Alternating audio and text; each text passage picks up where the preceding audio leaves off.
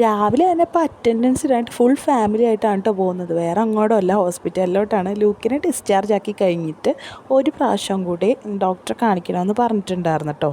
Discharge ആയ ദിവസം തന്നെ നമ്മൾ അപ്പോയിൻമെൻ്റ് ഒക്കെ എടുത്തുകൊണ്ടാണ് പോകുന്നത്. 3 ഡോക്ടേഴ്സിനെ കാണിക്കണം, കൂട്ടത്തിൽ റൂത്തിനെയും കൂടി കാണിക്കണം. അവർക്ക് ചെറിയ ചുമയൊക്കെ ഉണ്ട്.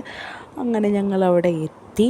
10 മണിയൊക്കെ ആയപ്പോഴാണ് കേട്ടോ വീട്ടിൽ നിന്ന് ഇറങ്ങിയത്. 1 മണിക്കൂറത്തെയൊക്കെ യാത്രയുണ്ട്. അങ്ങനെ നമ്മളവിടെ എത്തിക്കഴിഞ്ഞിട്ട് റൂത്ത് ഫുള്ള് കലിപ്പായിരുന്നു. എന്താ കാര്യമൊന്നും അറിയില്ല. അവൾക്ക് ചുമയുടെ കുറച്ച് ബുദ്ധിമുട്ടൊക്കെ കാരണം നല്ല കരച്ചിലായിരുന്നു. ഡീന് ഫുൾ അവിടെയൊക്കെ എടുത്തുകൊണ്ട് നടക്കണമായിരുന്നു കേട്ടോ. അവളെ കുട്ടികളെയൊക്കെ കണ്ടിട്ടൊന്നും ആളങ്ങ് സെറ്റായിട്ട് വരുന്നുണ്ടായില്ല. പിന്നെ നമ്മൾ പീഡിയാട്രിഷ്യനെ കാണിച്ചപ്പോൾ ഓക്കെയാണ്, രണ്ടുപേർക്കും കുഴപ്പമൊന്നുമില്ല എന്ന് പറഞ്ഞ് മെഡിസിൻ എഴുതി തന്നിട്ടുണ്ട് റൂത്തിനുള്ളത്. അത് കഴിഞ്ഞിട്ട് ലൂക്കിൻ്റെ ന്യൂറോ ഡോക്ടറെയും കൂടി കണ്ടു കഴിഞ്ഞിട്ട് നേരെ നമ്മൾ സ്കിന്നിൻ്റെ ഡോക്ടറെ കാണാനാണ് പോകുന്നത്. ഇവിടെ ആണെങ്കിൽ മുക്കിലും മൂലക്കൊക്കെ കുറേ മാപ്പ് അവർ സെറ്റ് ചെയ്ത് വെച്ചിട്ടുണ്ട് ഈ ഹോസ്പിറ്റലിൽ. പക്ഷേ എന്ത് തേങ്ങയ്ക്കാണെന്ന് അറിയില്ല, എനിക്ക് ഒന്നും മനസ്സിലായില്ല. എനിക്ക് മാത്രമല്ല, നോക്കുന്ന ആർക്കും ഒന്നും മനസ്സിലാവില്ല.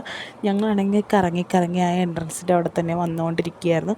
പിന്നെ ചോദിച്ച് നമ്മൾ എങ്ങനെയൊക്കെ ഡോക്ടറിൻ്റെ അടുത്ത് എത്തിയപ്പോഴാണെങ്കിലോ ഡോക്ടർ ഫുഡ് കഴിക്കാൻ പോയി, ഇനി 3/4 മണിക്കൂർ കഴിഞ്ഞേ വരുള്ളൂ എന്ന് പറഞ്ഞു. അപ്പോൾ ഞാൻ വീഡിയോ ഒക്കെ എടുത്ത് വെച്ചാൽ തിരിച്ച് വരുമ്പോൾ ഈ സ്ഥലം കണ്ടുപിടിക്കണമല്ലോ. കുറച്ച് ദൂരം ഞങ്ങൾ നടന്നിട്ടാണ്. 2 പേരായിട്ട് നടക്കാൻ കുറച്ച് റിസ്ക്കാണ്. ലൂക്ക് കുറേ നേരം നടന്നത് കൊണ്ട് ഞാൻ അവനെ ഒന്ന് എടുത്തു. അപ്പോഴത്തേക്കും ഈ ബഗ്ഗി എന്ന് പറയുന്ന സംഭവം കിട്ടി. ആ ചേട്ടൻ ഞങ്ങളെ അവിടെ ഡ്രോപ്പ് ചെയ്ത് തന്നിട്ട് ഞങ്ങളുടെ കാറ് കിടക്കുന്ന സ്ഥലത്ത്. നമ്മൾ അവിടെ നിന്ന് ഫുഡ് കഴിച്ചില്ല, പുറത്തെവിടെയെങ്കിലും പോയി ഫുഡ് കഴിക്കാമെന്ന് വിചാരിച്ചു. എനിക്ക് ചെറിയ ആഗ്രഹമൊക്കെ ഉണ്ട് പാരഗണിലുള്ള ബിരിയാണി കഴിക്കണമെന്ന്. പിന്നെ ഡിനു പറഞ്ഞു വേണ്ട, നമുക്ക് പുറത്ത് പോയി ഊണ് കഴിക്കാമെന്ന് പറഞ്ഞു. അങ്ങനെ ഞാനും ഡിനു ഊണും ബീഫ് ഫ്രൈയും കഴിച്ച് ലൂക്കിന് ഒരു ഹാഫ് ബിരിയാണി മേടിച്ചു. റൂത്ത് എൻ്റെ കയ്യിൽ നിന്ന് ചോറ് വാരി കഴിക്കുന്നുണ്ടാവട്ടെ.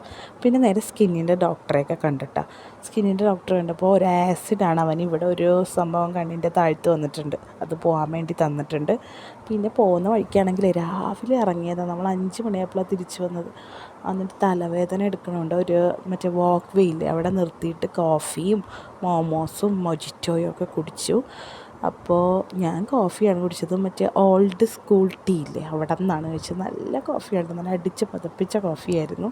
അങ്ങനെ കോഫിയും കുടിച്ച് ലൂക്കിന് മൊജിറ്റോയും മേടിച്ച് ഒരു മോമോസും കഴിച്ച് ഞങ്ങൾ നേരെ വീട്ടിലോട്ട് പോന്നു.